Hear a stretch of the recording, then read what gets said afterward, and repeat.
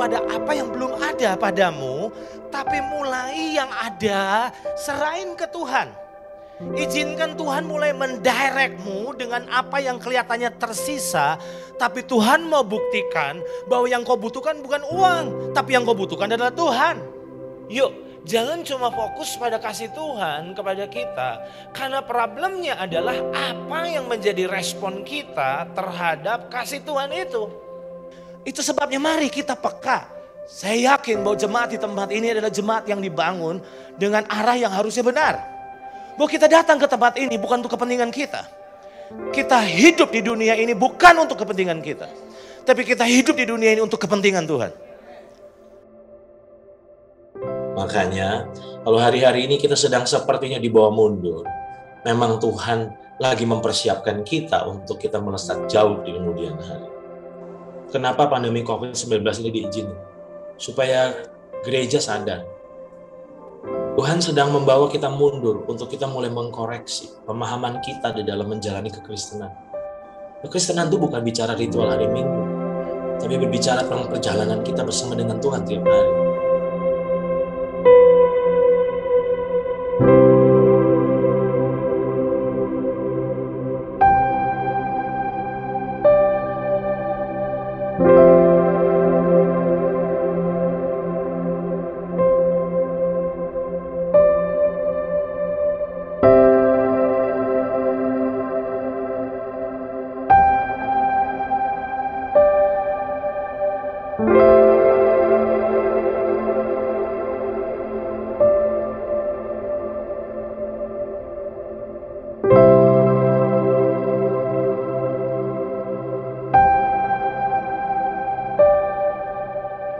Saya mau nanya, teladan apa yang saya paling lihat? Terus saya pernah mikir gini, gue kalau merit harus kayak mama papa gue. Saling support kali ya.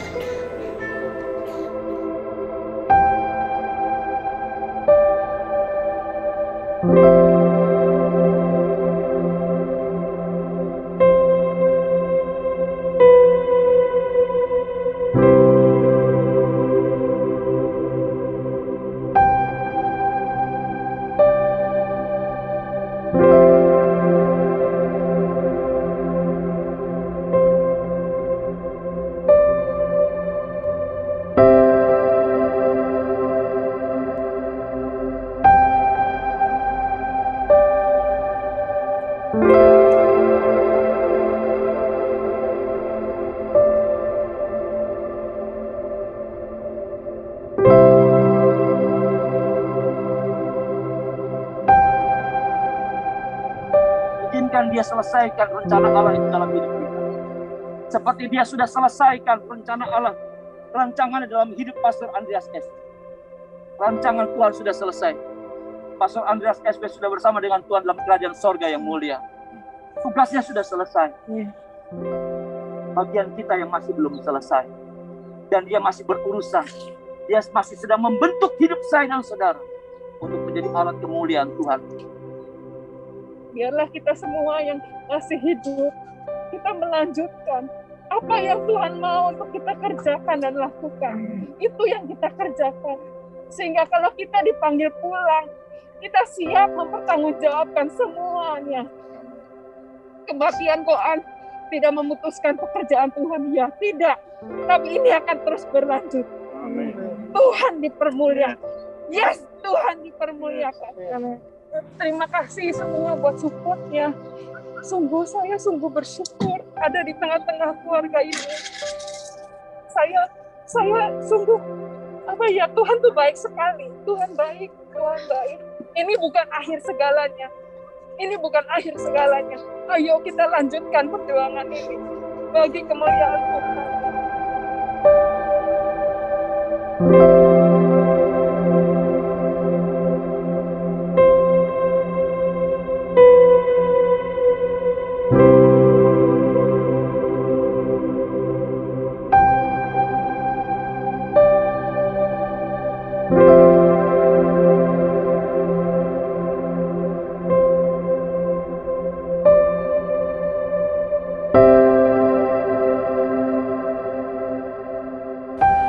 Saran saya, jangan minta belas kasihan Tuhan. Karena di saat saudara meminta, saudara sedang meragukan hati Tuhan buat bangsa ini. Saudara dan saya ditempatkan untuk menghadirkan kerajaan Allah. Saya yakin dimanapun kita ada saat ini, mulai berdiri di alam roh dan berkata, Tuhan, adalah kehendak-Mu untuk kota ini diselamatkan. Adalah kehendak-Mu bangsa ini diluputkan. Itu sebabnya mulai latih kuasa yang Tuhan sudah beri dalam diri saudara dan saya. Dan saya yakin ini kesempatan untuk gereja hadir sebagai pahlawan yang menyelamatkan kota dan bangsanya. Jangan izinkan ketakutan menguasaimu, tapi justru miliki hati Tuhan dan mulai lepaskan kuasa Tuhan dimanapun kita ada. Kasih sayang, biarkan Tuhan aku menyembah dengan penuh kasih sayang. Biarkan Tuhan aku menyembah dengan penuh kasih sayang. Biarkan Tuhan aku menyembah.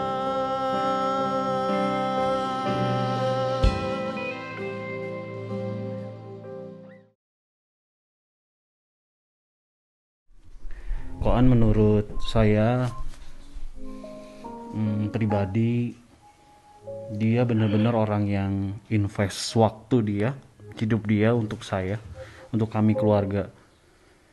Menurut saya Koan itu orang yang objektif tapi touch banget.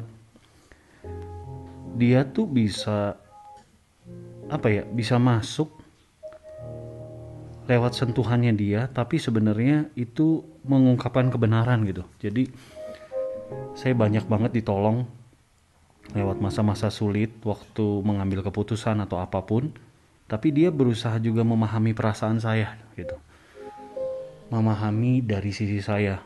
Itu yang menurut saya, wah, ini banget, mind blowing banget. Jadi dia benar-benar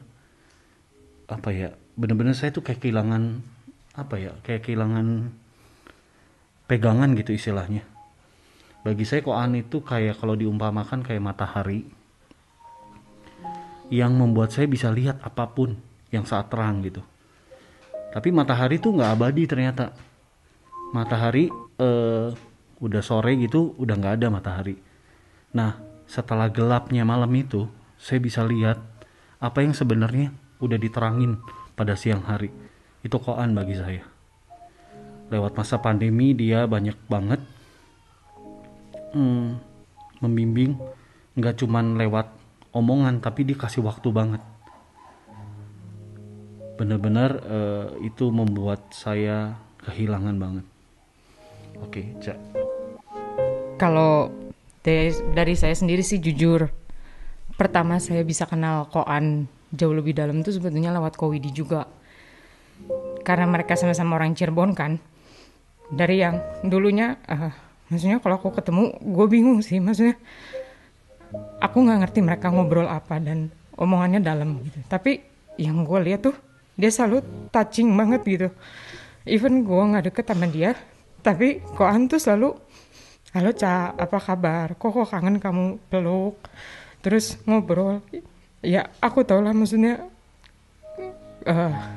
pengetahuan firman Tuhan kita jauh banget lah. Cuman yang di sini aku bisa sadarin tuh gini, dia benar-benar nggak ngelihat orang, dia benar-benar ngajar tuh apapun terbuka. Saat Koko ngobrol santai juga sama Koan, ya maksudnya kita bisa ngedenger juga keluh kesah di balik dia, kekerenan Koan di atas panggung, kekerenan Koan di YouTube. Koan juga sering curhat gimana Koan kesulitannya juga. Ya buat kita sih itu membuat dia lebih manusia, dan dia juga lebih, justru buat saya itu lebih wah gitu tuh. Di balik kekerenan seseorang, kita bisa ngelihat bahwa dia juga lemah, dia juga rapuh, tapi dia juga senang untuk terbuka. Ya maksudnya gue sama Koko siapa sih gitu tuh. Kita bukan pendeta gitu tuh, kita juga bukan orang hebat. Tapi Koan mau cerita ke kita, terus mau makan bareng, terus keluh kesah bareng. Sampai lama-lama kalau pulang ke Cirebon kok ngabisin malam barengan gitu, ya buat saya itu sesuatu gitu tuh. Sampai saya bisa kenal juga sama Civosa, dekat sama Sam juga, itu buat saya sesuatu. Mungkin yang saya bisa pelajarin dari keluarga mereka lebih ke event mereka di depan dipakai Tuhan luar biasa. Tapi mereka masih ingat bahwa mereka itu manusia dan mereka masih punya lingkungan yang membutuhkan mereka. Tapi bukan sebagai pangeran di atas panggung, tapi teman di sebelah yang saling curhat. Itu lebih keren sih kalau kata saya. Jadi ya itu yang membuat kita ngerasa kehilangan banget gitu. Yang saya ingat dari Koan, mungkin nggak semua pengajarannya kita bisa ingat satu persatu ya. Tapi apa yang dilakukannya itu yang akan terus dikenang. Kehilangan banget. Bahkan sampai hari ini saya sih masih merasa kayak Koan tuh masih ada. Cuma dia ada di kota yang lain. Kalau Kelvin mungkin bisa ingat. Kelvin?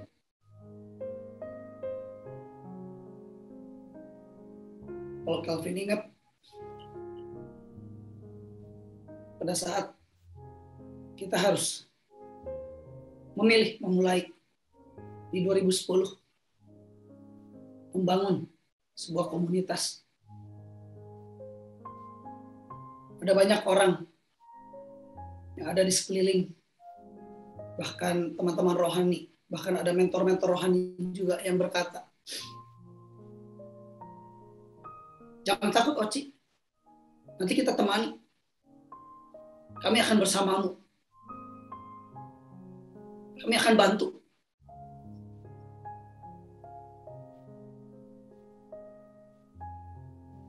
Tapi cuma satu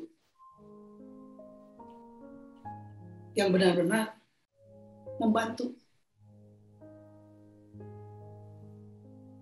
memegang perkataannya. Oke Cik, gue bantuin lo. Dan sampai di tahun ini,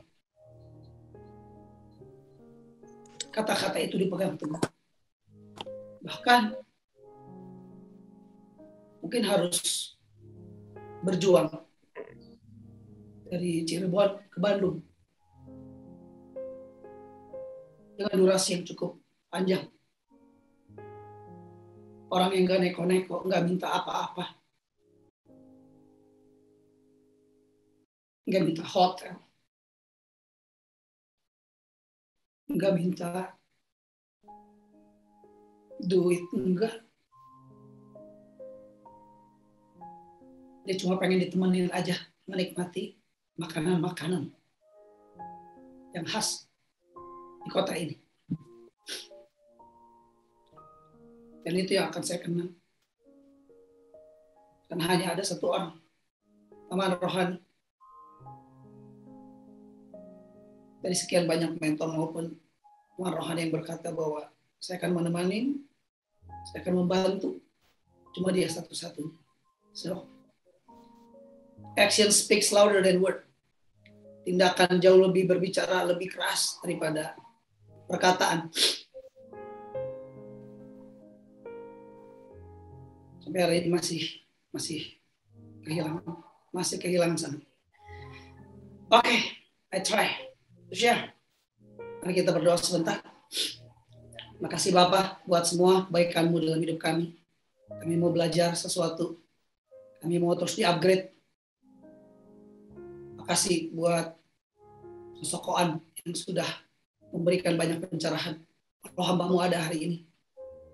Juga karena kehadiran beliau yang mengupgrade untuk bisa lebih banyak baca buku, untuk bisa lebih tajam, untuk bisa lebih kritis dalam melihat segala sesuatu. Makasih. Sebentar kami mau mendengarkan firman, mari Tuhan bicara buat kami. Untuk di-upgrade ke level yang lebih. Di dalam namamu kami berdoa, kami mengucap syukur. Semua yang percaya, sama-sama katakan. Amin. Baik. Bapak Ibu Saudara, saya akan sharing buat Bapak Ibu Saudara. Ya, tahukah Bapak Ibu Saudara, saat pandemik, mencuci tangan itu adalah salah satu kebiasaan baru. Di mana dulu mungkin mencuci tangan itu hal yang biasa. Bahkan kalau dipikir-pikir orang sekolah tinggi-tinggi, punya banyak karir prestasi, cuma berujung yang harus sering dilakukan adalah mencuci tangan. Ya, betul. Sekaya apapun orangnya, sepintar apapun orangnya, sehebat apapun orangnya, ujungnya harus sering mencuci tangan. Nah, ternyata di Keluaran pasal yang ke-30 ayat yang ke-21 sudah ada ayat untuk mencuci tangan, bahkan bukan cuma cuci tangan tapi juga cuci kaki. Di sini dikatakan haruslah mereka membasuh tangan dan kaki mereka supaya mereka jangan mati. Tapi kalau hari ini kalau kita masih bandel nggak mau cuci tangan, firman Tuhan udah bilang, lo nggak rajin cuci tangan, bisa berujung pada kematian. Walaupun ayat ini adalah ayat yang berbicara tentang treatment untuk orang-orang yang sakit kusta. Tapi ternyata firman Tuhan sudah mengingatkan, ayat ini bukan hanya untuk mereka yang sakit kusta, dalam menangani orang yang sakit kusta, tapi juga saat ini pada saat kita lagi pandemik. Is that right? And then, apa lagi?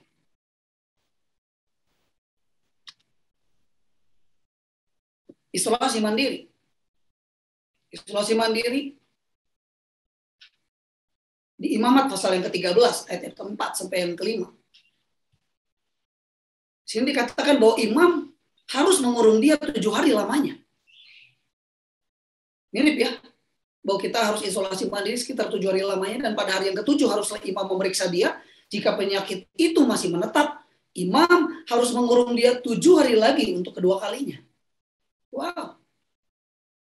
Mereka yang terinfeksi saat ini di dalam pandemik harus tetap di dalam karantina selama 7 sampai 14 hari. Bahkan kita harus menghindari kontak. Ini udah cara yang terbaik untuk setiap kita pada saat kita terkena virus atau kita mengalami sesuatu dengan kondisi pernafasan kita, atau ada batuk atau ada pilek, jangan dipikir ini batuk pilek biasa. Siapa tahu itu adalah gejala. So, lakukan isolasi mandiri. Ternyata ada loh. Luar biasa. Nah, Bapak Ibu Saudara, perhatikan baik-baik. Itu sebabnya kita harus bijak dalam menghadapi pandemi.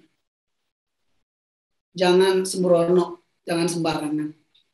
Terlepas dari konspirasi, terlepas dari orang yang mempercaya atau tidak. Tapi jelas bahwa orang-orang yang terkena COVID itu ada. Dan percayalah bahwa jauh lebih mudah divaksin dan juga jauh lebih mudah untuk melakukan protokol kesehatan daripada memperoleh tabung oksigen. Hari-hari ini sulit untuk memperoleh tabung oksigen. Hari-hari ini sulit untuk punya ruang di rumah sakit dengan mudah. Dan dampak dari kita nggak divaksin itu justru lebih parah. Ya. Jadi saran saya, ayo mari belajar untuk taat sama pemerintah. Pemerintah sudah mengatakan bahwa ayo divaksin. Karena pemerintah sudah mengambil kebijakan untuk menyelamatkan warganya. Itu sebabnya mari kita belajar untuk taat. Karena firman Tuhan juga berkata di Roma bahwa kita nggak boleh melawan pemerintah. Karena pada saat kita melawan pemerintah, percayalah kalau kita nggak taat, itu akan menghasilkan hukuman dalam diri kita. Bahkan bisa sampai kepada kematian. Sekali lagi bijak di dalam menghadapi pandemi. Ayo, jangan mengeraskan hati. Ayo belajar. Karena apa yang kita lakukan dengan kita divaksin, dengan kita melakukan protokol kesehatan, percayalah bahwa itu sebenarnya kita sedang menjaga hidup kita, menjaga hidup keluarga kita, bahkan juga menjaga hidup orang lain. Ataukah saudara bahwa persepsi yang salah Yang ada di pikiran kita, gampang, tenang aja, nanti aja lah, nunggu aja nanti vaksin yang lebih keren lah. Nanti aja, buktinya juga orang nggak divaksin masih hidup-hidup aja. Persepsi yang salah itu akan menghasilkan tindakan yang salah. Coba dirubah pikirannya. Jangan berpikir begini bahwa buktinya saya masih hidup, berarti saya sehat. Belum tentu orang yang hidup itu sehat. Karena ada orang yang masih hidup, tapi sebenarnya di dalamnya udah sakit. Tapi harusnya dibalik, kalau kita sehat ya kita hidup. Jadi jangan terlalu pede buat kita merasa bahwa nggak terjadi apa-apa, tuh lihat biasa-biasa aja. Ini cuma pilek biasa, ini cuma batuk biasa.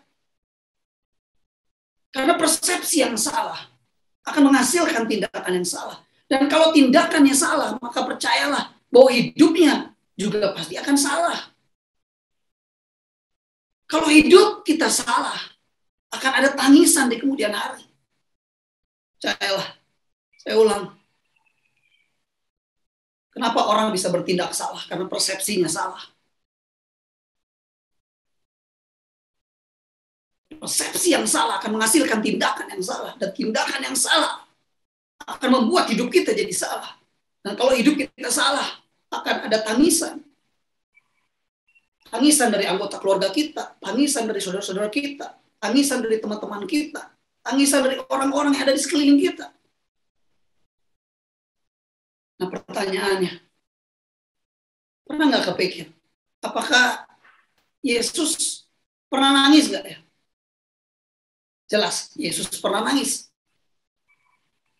Di Alkitab hanya dicatat bahwa Yesus menangis cuma 2 kali. Nggak lebih dari itu. Yang pertama, itu ketika Yesus menangisi Yerusalem. Ketika Yesus makin dekat dengan Yerusalem dan melihat kota itu, ia menangisinya. Lukas pasal yang ke-19, ayat yang ke-41. Lalu kemudian kejadian yang kedua, Yesus menangis untuk yang kedua kalinya.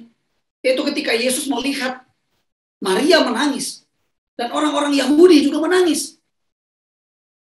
Maka di situ dikatakan, maka menangislah Yesus. Di Yohanes pasal yang ke-11, ayat 33, dan ayat yang ke-35. Jadi Yesus pernah nggak menangis? Pernah. Nah kira-kira, kenapa Yesus menangis? Itu pertanyaannya. Ketika Yesus menangis di Yerusalem, kata yang digunakan adalah klaio. Klaio dalam bahasa Yunani itu artinya ratapan, raung tangisan, bukan cuma begitu, tapi raung tangisan. Itu adalah meraung, tangisan yang meraung, dan ada sesak di dada. Seperti jiwa yang menderita ketika dia melihat Yerusalem. Orang-orang yang tinggal di Yerusalem, yang tinggal menunggu, akan mengalami hukuman. Dan Yesus menangis untuknya. Tapi berbeda ketika Yesus di kematiannya Lazarus. Kata yang digunakan dalam bahasa Yunani adalah dakruo. Dakruo. Maka dakruolah Yesus. Maka menangislah Yesus. Yesus menangis terisak. Yesus menangis terseduh-seduh. Terisak sampai seperti itu kira-kira. Nah, seperti itulah kira-kira. Terisak. Dakro, maka dakruolah Yesus. Ketika melihat Maria menangis, orang-orang Yahudi menangis, maka Yesus ikut menangis. Tapi ketika di Yerusalem, beda. Yesus menangis dengan ratapan, dengan raungan, dengan sesak di dada. Ketika di Lazarus dia tidak merasa tangisan itu seperti sesak di dada, tidak seperti jiwa yang menderita. Tapi di Yerusalem dalam skop yang lebih luas, bukan cuma satu orang yang mati, tapi banyak orang penduduk Yerusalem yang akan menerima hukuman. Yesus menangis dengan raungan, Yesus menangis lebih keras, Yesus menangis dengan bobot yang lebih berat. Hanya sekali lagi, hanya 2 kali dicatat Yesus menangis di dalam sejarah kehidupannya. Nah pertanyaannya, kenapa Yesus menangis? Ketika di Yerusalem di Lukas ayat yang ke-19. Lukas 19 ayat ke-41 maksud saya. Saya cek, saya browse di sabda.org. Anda boleh cek. Yesus meraung, Yesus menangis dengan raungan, dengan sesak di dada, dengan seperti jiwa yang menderita. Itu karena apa? Karena mengasihani umat yang akan segera mengalami hukuman yang dahsyat. Dan itulah bukti bagaimana hancurnya hati Tuhan, hati Allah atas keterhilangan umat manusia. Kehilangan umat manusia yang banyak. Ketika manusia menolak untuk bertobat, menolak untuk menerima keselamatan, itulah tangisan Yesus. Itu alasan kenapa Yesus menangis. Sekali lagi, alasan Yesus menangis adalah karena merasa keterhilangan terhadap umat manusia. Dan umat manusia yang menolak untuk bertobat dan menolak untuk menerima keselamatan. Tapi di Lazarus, di kisah, di kejadian di mana Lazarus mati, Yohanes 11 ayat 33 dan 35. Alasan Yesus menangis adalah ikut merasakan kesedihan yang dirasakan oleh keluarga dari Lazarus. Dan perlu dicatat oleh Bapak Ibu Saudara bahwa tangisan ini, kesedihan ini muncul di kitab yang menunjukkan keilahiannya daripada kitab yang lain. Kitab Matius, Lukas, Markus itu tidak sangat banyak menunjukkan keilahiannya, tetapi hanya di kitab Yohanes lah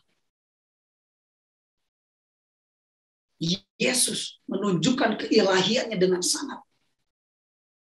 Dan di mana saya tahu ini dari sabda.org, Anda boleh klik.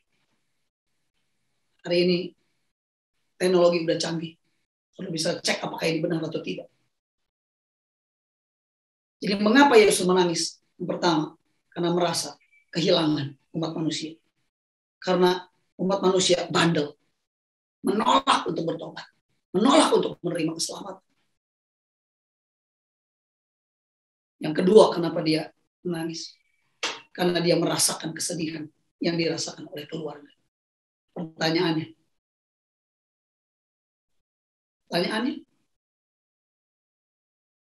mari bertindaklah karena alasan, bukan karena kebiasaan.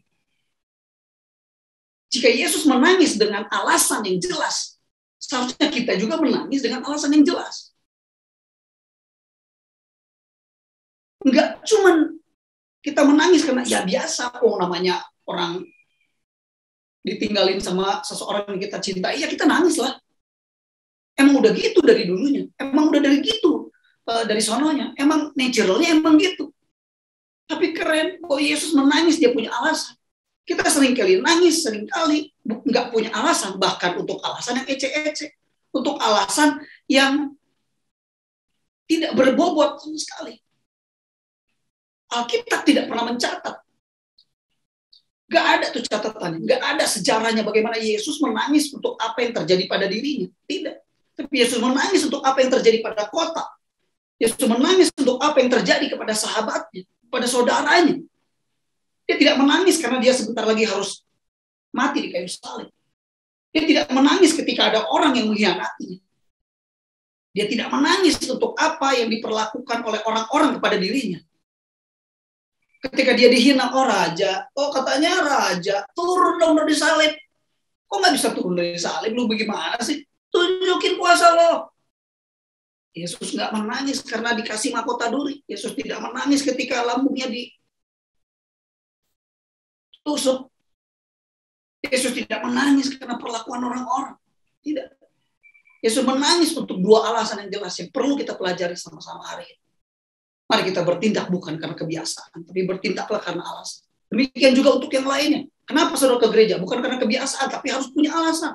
Kenapa saudara memuridkan? Bukan karena kebiasaan. Ya, biasanya juga orang-orang begitulah kalau di atmosfernya, kalau di gereja kita emang begitu. No, karena saudara harus punya alasan. Mengapa saudara harus memuridkan? Percayalah. Ini sebagai contoh. Kenapa saudara harus memuridkan? Kok orang cerewet untuk urusan memuridkan? Karena dia nggak cukup puas kalau kita ini hanya jemaat biasa. Karena pesan terakhir Yesus buat murid-muridnya bukan jadikan seluruh bangsa jemaatku, tidak. Tapi Jadikan seluruh bangsa murid. Mari kita bertindak bukan karena kebiasaan, tapi karena alasan. Itu sebabnya. Kenapa kita menangis? Orang juga boleh bertanya, buktinya Oce menangis? Yes. Dia menangis dengan alasan yang jelas. Bukan menangis untuk alasan yang ece-ece. Untuk alasan yang murahan. Itu sebabnya dengan tegas di sini tulis, jika Yesus menangis dengan alasan yang jelas, demikianlah seharusnya kita. Kenapa? Kenapa? Pertanyaannya kenapa? Karena kita mau seperti Yesus. We want to be like Jesus. Kita jangan cuma nyanyinya aja. Ku mau sepertimu, Yesus, disempurnakan selalu. Kita nggak cukup cuma nyanyi. Karena kita harus menghidupi apa yang kita nyanyikan. Firman Tuhan katakan di Roma pasal ke-8 ayat ke-29, mereka yang telah dipilih oleh Allah telah juga ditentukannya sejak semula, dari dulu, dari awal, sejak semula. Untuk apa? Menjadi serupa dengan anaknya. Bapa telah memilih kita. Bapa telah menentukan kita sejak dari semula untuk menjadi serupa dengan anaknya. Serupa seperti siapa? Serupa seperti Yesus. Artinya tangisan kita tuh harus tangisan yang seperti Yesus. Sekali lagi saya ulang, jangan menangis untuk isu murahan. Jangan menangis untuk alasan yang gak jelas. Tapi menangislah karena alasan yang jelas. Menangis bukan karena kebiasaan, tapi menangis karena sebuah alasan. Nah pertanyaannya, alasannya apa? Tadi sudah dikatakan.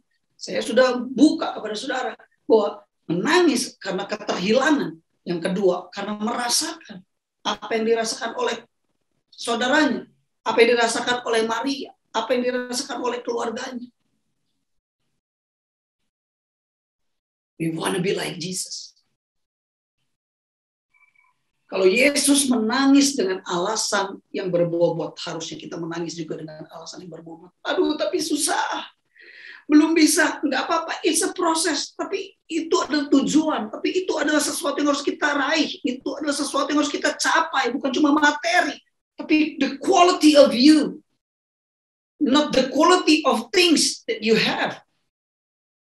Bukan hanya handphone yang berkualitas, tapi kualitas hidup saudara, kualitas pemikiran saudara, kualitas hati saudara, kualitas pelayanan saudara, kualitas tangisan saudara juga harus jadi tangisan yang berkualitas. Jangan menjadi orang yang menangisi sesuatu yang ece-ece, yang murahan.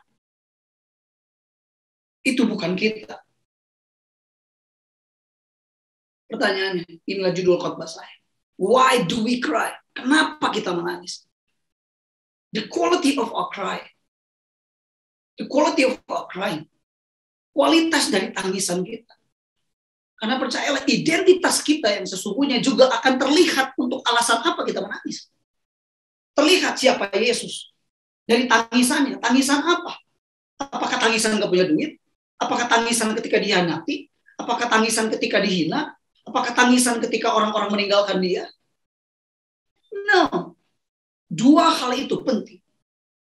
Sekali lagi, tangisan saudara, air mata saudara yang saudara keluarkan, sesungguhnya akan menunjukkan siapa saudara. Karena terlihat saudara itu menangis untuk apa? Untuk alasan apa saudara menangis? Firman Tuhan hari ini akan keras untuk mengupgrade hidup kita. Saya nggak pernah lupa bagaimana Koan juga mengajarkan. Jangan takut, keras. Nyatakan kebenaran dengan keras, jangan dengan lembek, dengan keras, tegas. Tapi dengan cara yang terhormat. My family, please, pikirkan, why do we cry? Karena identitas kita akan ditunjukkan siapa kita yang sesungguhnya. Seberapa berkualitas kita ditunjukkan dari air mata saudara, dari kualitas tangisan saudara. Untuk alasan apa? Jangan lupa, kita harus menjadi seperti Yesus. Di mana tangisan paling banyak terjadi, yaitu di rumah duka. Dan ini telah terjadi ketika saya datang ke rumah duka. Saya melihat banyak hal di situ, banyak orang yang menangis. Firman Tuhan katakan di Pengkhotbah pasal yang ke-7 ayat yang kedua, pergi ke rumah duka lebih baik daripada ke rumah pesta. Tapi manusia lebih suka datang ke rumah pesta daripada ke rumah duka. Kalau ke rumah pesta datang bejubel banyak, tapi ke rumah duka, wah, nggak ada waktu. Sekarang kita nggak mungkin untuk bisa datang ke rumah duka, karena kalau orangnya terkena COVID, maka harus segera dikuburkan dengan segera, dan tidak ada lagi upacara, tidak ada lagi hal-hal yang lain. Dengan sangat nggak bisa nunggu lagi anaknya yang baru pulang dari luar negeri harus nunggu dulu, atau saudaranya mau lihat dulu yang terakhir kali. We cannot do that. Tapi ketika nanti kembali normal, ingat baik-baik, firman Tuhan katakan pergi ke rumah duka itu jauh lebih baik daripada pergi ke rumah pesta. Why? Di dalam terjemahan The Message Bible, di situ dikatakan bahwa you learn more. You learn more at funeral than at the party. Kita belajar banyak justru di dalam rumah duka, bukan ketika di dalam rumah pesta. Ditegaskan. Dikatakan bahwa hendaklah orang yang hidup. Saudara yang hidup, saya hidup, semua yang hidup. Dengar baik-baik. Harusnya ke rumah duka jadi prioritas, bukan ke rumah pesta. Hari ini rumah dukanya sudah dalam bentuk virtual. Luar biasa. Tapi keren, sudah terlihat. Bayangkan, kemarin waktu lagi koan, di acara penguburannya koan, ada 500 akun, bahkan lebih, sampai harus pakai YouTube. Dan itu rasanya akan sangat sulit sekali terjadi kalau itu terjadi secara tidak online, tidak virtual. Rasanya sulit menampung 500 orang. Tapi di situ saya melihat, keren. Berarti hari ini sudah mulai ada pergeseran. Sekarang kita merit nggak boleh banyak-banyak. Sekarang belum mungkin melihat kawinan dalam bentuk virtual. Tapi pemakaman sudah dalam bentuk virtual. Dan yang datang ya lebih banyak dari yang kawin. Is that right? Hendaklah orang yang hidup memperhatikannya. Sekaligus ini teguran juga, hey Oci, perhatikan. Datang ke rumah duka itu jauh lebih penting daripada datang ke rumah pesta. Itu sebabnya waktu belum sebahaya ini. Waktu maminya Yuli, ketika nggak ada, prioritas tetap saya akan datang ke rumah duka. Apapun taruhannya saya akan datang. Saat itu belum segenting seperti hari ini.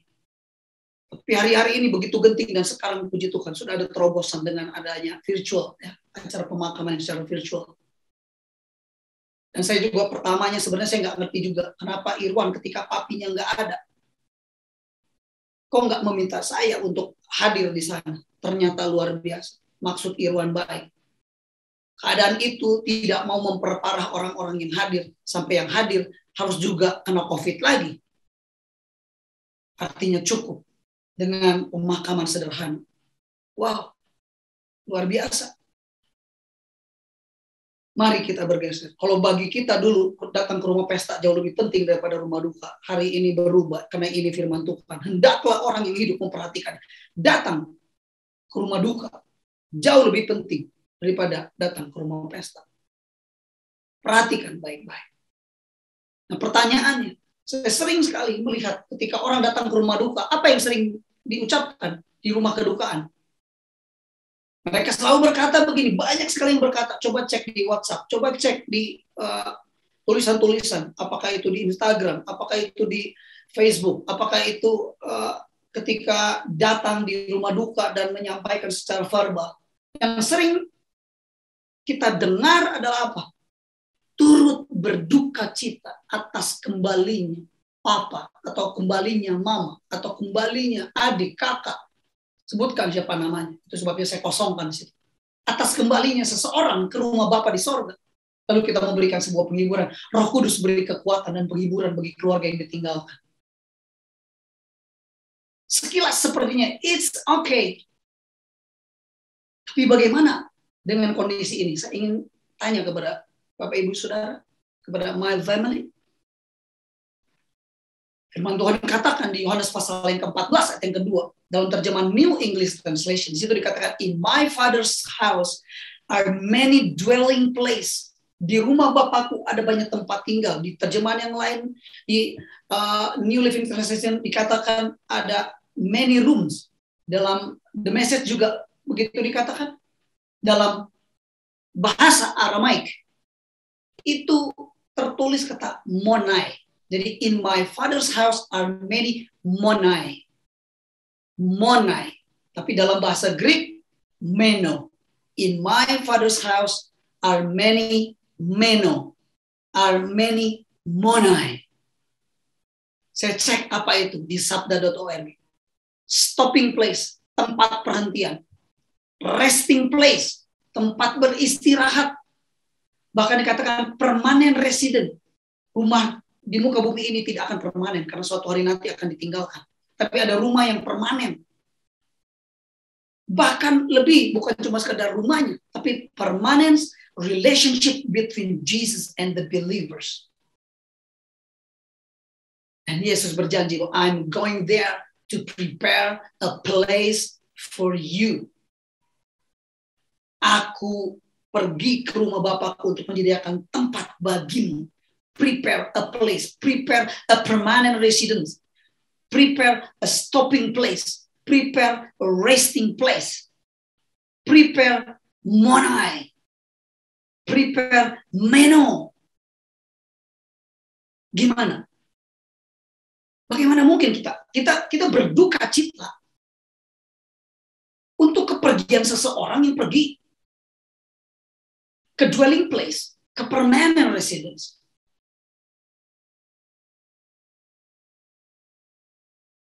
Percayalah, meninggalnya seorang believer, seorang yang percaya kepada Kristus adalah kepergiannya ke tempat yang lebih baik.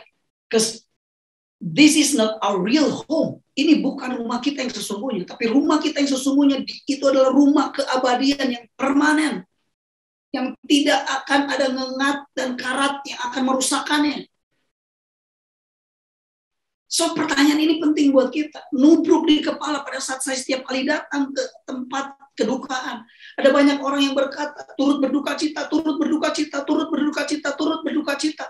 Sementara seorang yang pergi, ternyata dia adalah orang yang percaya. Kok adalah orang yang percaya Kristus. Dia pergi ke tempat yang lebih baik. Bagaimana mungkin ketika seseorang pergi ke tempat yang lebih baik, terus kita berduka cita? Nggak make sense. Firman Tuhan katakan, peneguhan buat kita, Roma 12 ayat yang kelima. Bersukacitalah dengan orang yang bersukacita. Menangislah dengan orang yang menangis. Jadi bagaimana mungkin ketika Koan pergi ke sorga, dia bersukacita karena dia menemukan tempat yang permanen. Lalu malah kita menangis. Kan firman Tuhan jelas, katakan bersukacita dengan orang yang bersukacita. Menangis dengan orang yang menangis. Bagaimana mungkin ketika kita melihat ada seseorang anggota keluarga kita pergi ke tempat yang jauh lebih keren.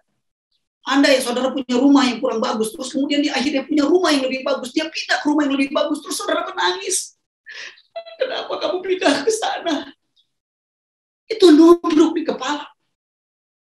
Bagaimana mungkin kalau seseorang yang mungkin dari negeri, sebuah negeri yang kere, negeri yang sangat sulit secara keuangan, yang penuh dengan resesi, penuh dengan krisis, terus kemudian dia berhasil pergi ke sebuah negeri yang makmur, negeri yang sejahtera, negara yang maju. Ketika mereka pergi ke sana terus kita menangis. Gak mungkin, harusnya kita bersuka cita.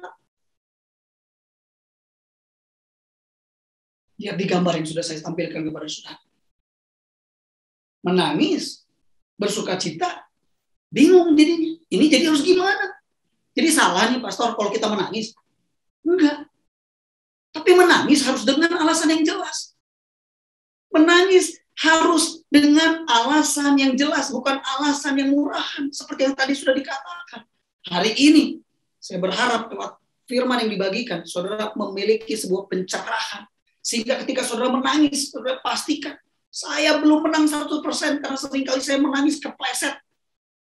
Karena menangis untuk alasan yang gak jelas. Saya mau pastikan, saya mau menangis dengan sebuah alasan yang jelas. Gak mau dengan isu murahan. Jadi salahkah ketika kita menangisi Koan? Ketika dia meninggalkan kita? Tidak salah. Tapi kalau saudara menangisi kepergian dia ke sorga, harusnya saudara bersuka cita. Jadi bingung nih pastor, jadi gimana nih? Jelas. Sebentar lagi saya akan buktikan kepada saudara, saya akan bukakan kepada saudara. Jadi pertanyaannya, ketika saudara menangisi kepergian orang yang percaya kepada Kristus pergi ke sorga, apakah biblical? Dapat dikatakan bahwa menangisi kepergian orang percaya, orang yang sudah lahir baru, orang yang sudah banyak buahnya, pergi ke sorga, dan saudara menangisi kepergiannya, tidak alkitabiah. Jadi ini harusnya gimana? Kalau gitu harus gimana dong? Mari kita ubah sikap kita terhadap kepergian seseorang ke rumah Bapa di sorga. Tentunya dengan pernyataan yang tepat, dengan alasan yang tepat. Pada saat kita sedang di rumah duka atau menyampaikan perasaan kita, baik di WhatsApp, baik di Instagram, baik di Facebook, baik secara verbal. Karena tangisan kita menunjukkan kualitas kita yang sesungguhnya. Tangisan kita menunjukkan identitas kita yang sesungguhnya. Salahkah kita menangis? Tidak salah. Tadi pada saat film disampaikan, ketika Oden sharing, Widi sharing, ketika Cing sharing, Kelvin juga sempat share,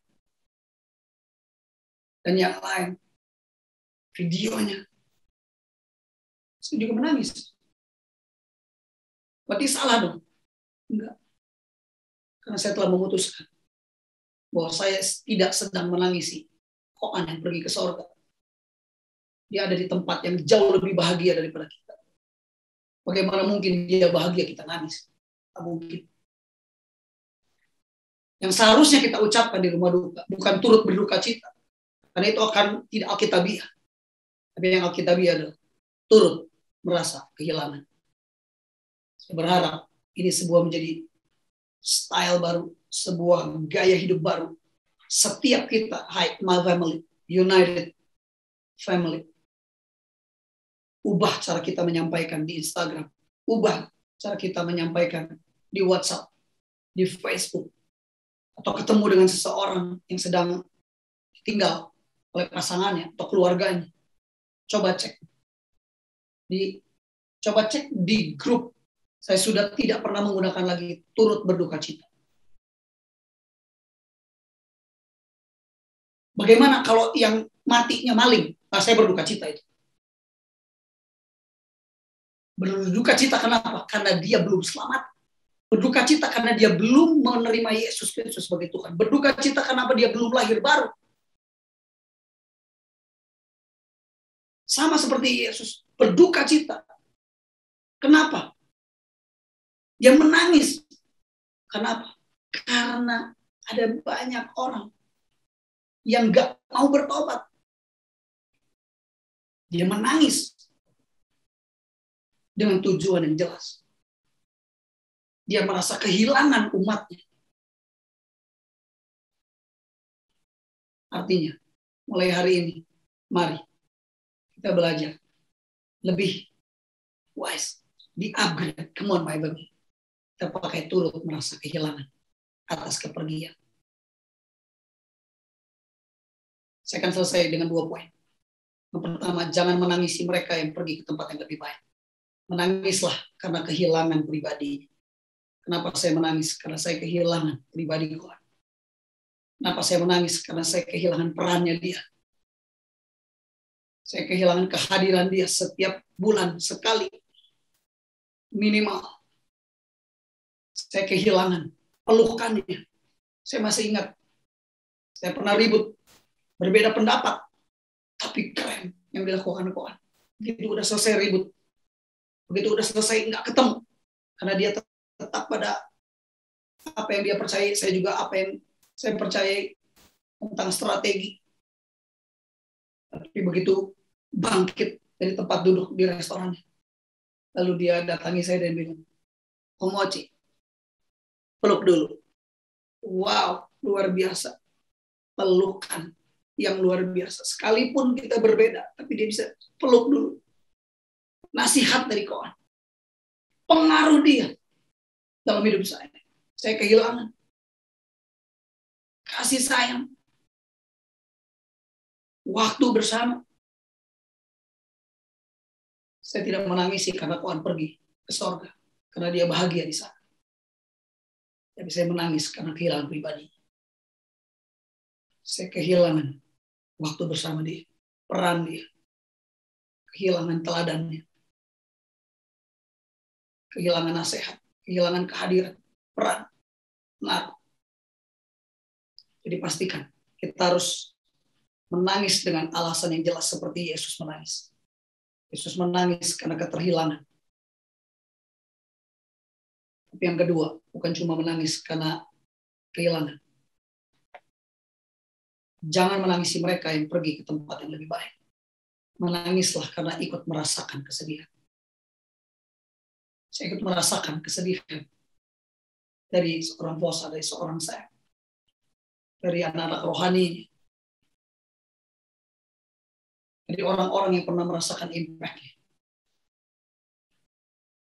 Saya pastikan setiap kali saya menangis, saya mau menangis dengan alasan yang jelas.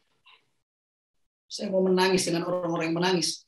Dan saya bersuka cita dengan orang-orang yang bersuka cita. Yes, saya bersuka cita dengan Koan yang sudah pergi ke tempat yang lebih baik.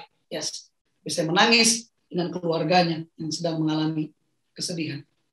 Saya menangis dengan anak-anak rohani yang merasa kehilangan yang sangat besar. Bapak Ibu Saudara, saya tidak panjangkan. Dua hal ini sudah jelas tadi. Alasan mengapa kita harus menangis. Saya ulang. Ingat, karena kita harus menjadi seperti Yesus. Yesus menangis karena keterhilangan umat manusia. Karena merasa kehilangan umat manusia. Yang menolak untuk bertobat. Yang menolak untuk menerima keselamatan. Dan ikut merasakan kesedihan yang dirasakan oleh keluarga. Yang ditinggalkan oleh Lazarus.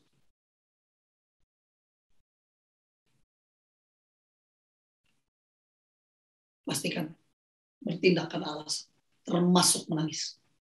Bukan karena kebiasaan, karena alasan yang mahal, alasan yang jelas. Yesus menangis dengan alasan yang jelas. Demikian seharusnya kita. Saya selesai. Saya minta setiap kita teduh sejenak di hadapan Tuhan.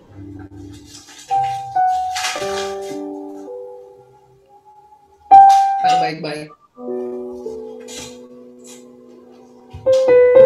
Belum saudara meninggalkan Zoom ini.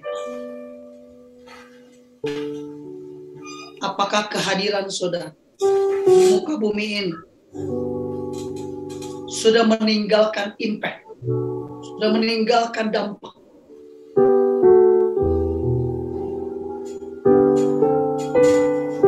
Ketika saudara membeli sebuah materi, harta benda, mungkin yang happy cuma saudara. Tapi kalau saudara punya impact, kalau saudara punya dampak, punya influence, ada banyak orang yang terdampak oleh saudara. Ada banyak orang yang kena influence oleh saudara. Pengertiannya, kebenarannya, kecintaannya kepada Tuhan. Dan lewat kehadiran saudara, saudara memberi impact yang luar biasa kepada mereka. Dengar baik-baik. Yang happy bukan cuma saudara, tapi orang lain.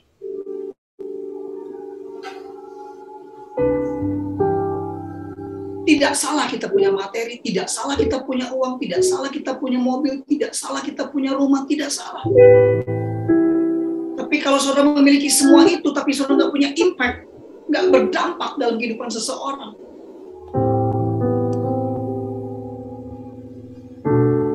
maka yang happy cuma saudara. Dengar baik-baik. Koan telah meninggalkan impact yang baik. Sehingga semua orang merasa kehilangan akan kasih sayang. Including me. Saya yakin pada saat ini kalau Koan melihat dari surga, dia happy.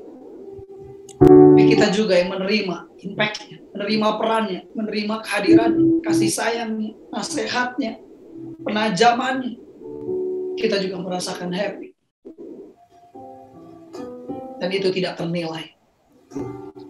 Percayalah ketika saudara meninggalkan impact, dengar baik-baik, akan ada orang yang menangisi kepergian saudara.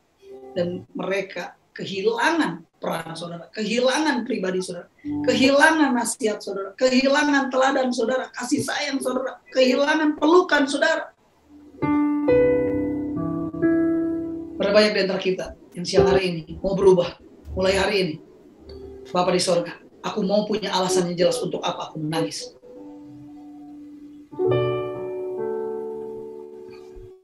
Aku menangisi seseorang yang pergi meninggalkanku bukan karena pergi ke tempat yang lebih baik. Ya, aku menangisi mereka yang pergi mendahului kami karena kami kehilangan peran, kehilangan pribadinya. Dan juga karena kita ingin merasakan kesedihan dari keluarga yang ditinggalkan. Karena mereka juga kehilangan peran dari sosok tersebut. Kalau saudara mau, taruh tanganmu di dada, kita akan berdoa sama-sama. Pastikan, ubah statement, bukan turut berduka cita, tapi turut merasa kehilangan. Itu Alkitabiah.